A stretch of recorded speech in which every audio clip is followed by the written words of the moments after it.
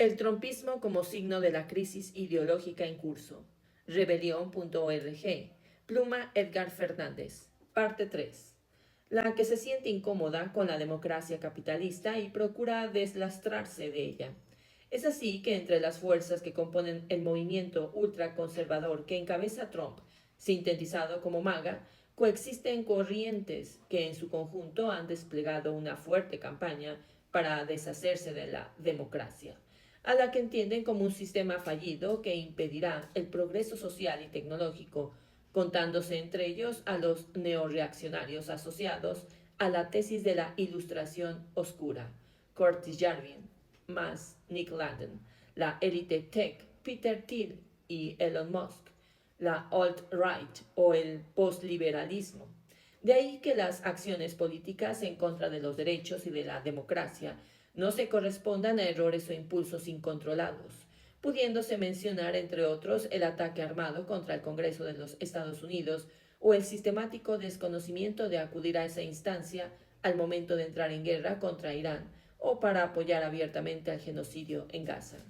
Por tanto, lo que pone en evidencia este contexto es que la burguesía está dispuesta a deshacerse de la costosa democracia, en tanto implica programas de gasto e impuestos para la inclusión social. Así, la democracia se le presenta como un serio obstáculo en la urgencia de acceder a recursos que le permitan reimpulsar su economía a fin de retomar la ventaja frente a la insidiosa China. En tal objetivo, el desconocimiento de la soberanía estatal de terceros países es solo corolario. De allí que el derecho internacional y el subsecuente mundo regido por reglas comunes haya sido deshilachado para dar lugar al ejercicio cotidiano del poder derivado de la fuerza militar. En ese marco, las invasiones y guerras son justificadas como una necesidad de seguridad nacional, es decir, existencial, vía por la cual los derechos humanos, civiles y políticos están en aún más franco retroceso, tendencia apenas contenida dentro de los Estados Unidos por la victoria del movimiento de masas en Minneapolis. El mismo contexto, en especial por la intensificación y extensión de las guerras, deja en claro que la libertad solo se reserva en lo fundamental para el capital, y en consecuencia el sistema de bienestar se limita para el goce de la élite capitalista, punto en que la realidad se confunde con las distopías pintadas por películas como Los Juegos del Hambre. Así, por ejemplo, durante el periodo de la guerra contra Irán, las ganancias de las empresas estadounidenses de petróleo y gas se estiman en 63.000 millones de dólares, las del sector de armas en 18.000 millones, sobándose las manos con el incremento de 200.000 millones de dólares adicionales para el actual presupuesto militar. Y las del sector financiero se multiplicaban en el primer trimestre, donde, por ejemplo, JP Morgan Chase obtuvo 16.500 millones de dólares, 16.500 millones de dólares como beneficio. Por contraste, los trabajadores del mundo están sufriendo la reducción en sus ingresos a causa de la inflación empujada por la alza en combustibles y de los fertilizantes. En resumen, la guerra imperialista acentúa las ganancias capitalistas mientras deprime los ingresos del proletariado del mundo. De ahí, por ejemplo, las duras protestas en la India o incluso dentro de los Estados Unidos mediante la quema sistemática de locales. Asimismo, parte de esa erosión ideológica esparcida desde el centro del capitalismo mundial se asocia con el envejecimiento de su dirigencia política.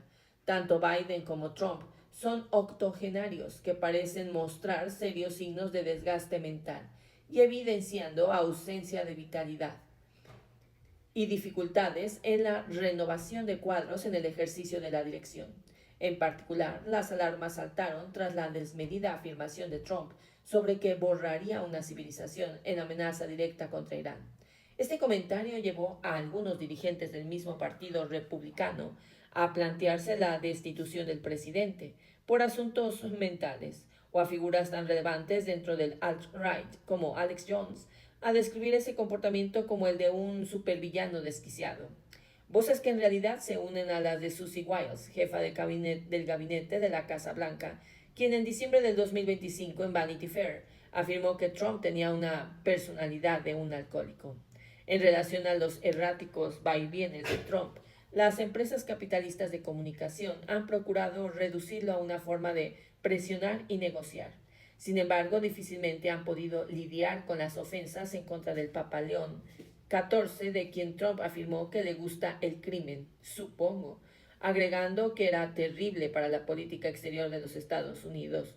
Fue este el contexto en que Trump o su equipo de comunicación editaron su imagen como un Jesús en la tierra, cuando enfermos, pero en medio de una iconografía que resalta el nacionalismo, el militarismo y el imperialismo, bases con las cuales apoyan el genocidio israelí sobre los palestinos. De esta manera Trump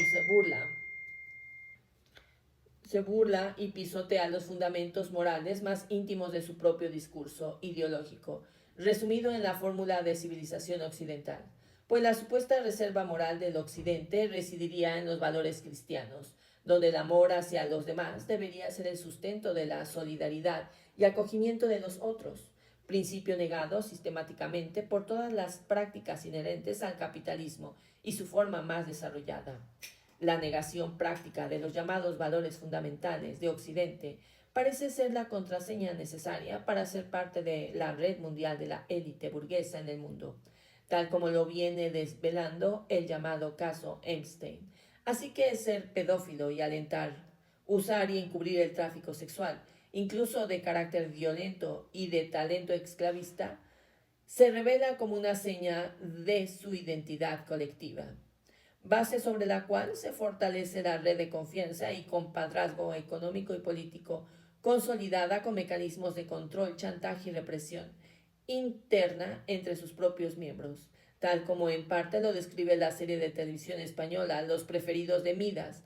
Por todo esto no resulta extraño que esa misma red, con sus mismos potentes mecanismos de comunicación, procure ocultar o naturalizar las invasiones, el genocidio y el bombardeo sistemático contra viviendas, hospitales, centros de refugiados o escuelas de niñas, tal como viene sucediendo con total descaro ante los ojos del mundo.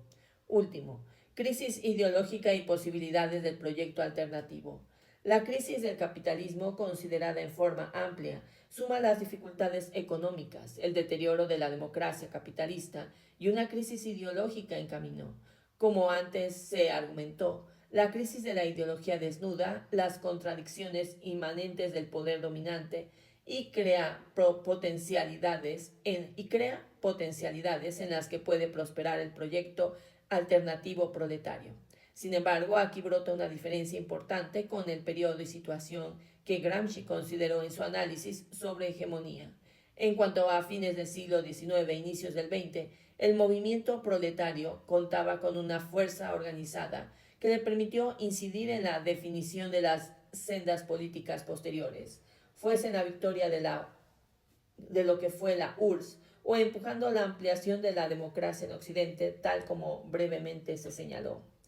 En tal sentido, aquí se ubica uno de los mayores faltantes y, por supuesto, el reto del momento en que nos encontramos, como lo afirman los estudiosos de la hegemonía. La mera crisis económica, política o ideológica no reinventa como crisis de hegemonía, o a menos que exista un proyecto y fuerza que se muestre como alternativa.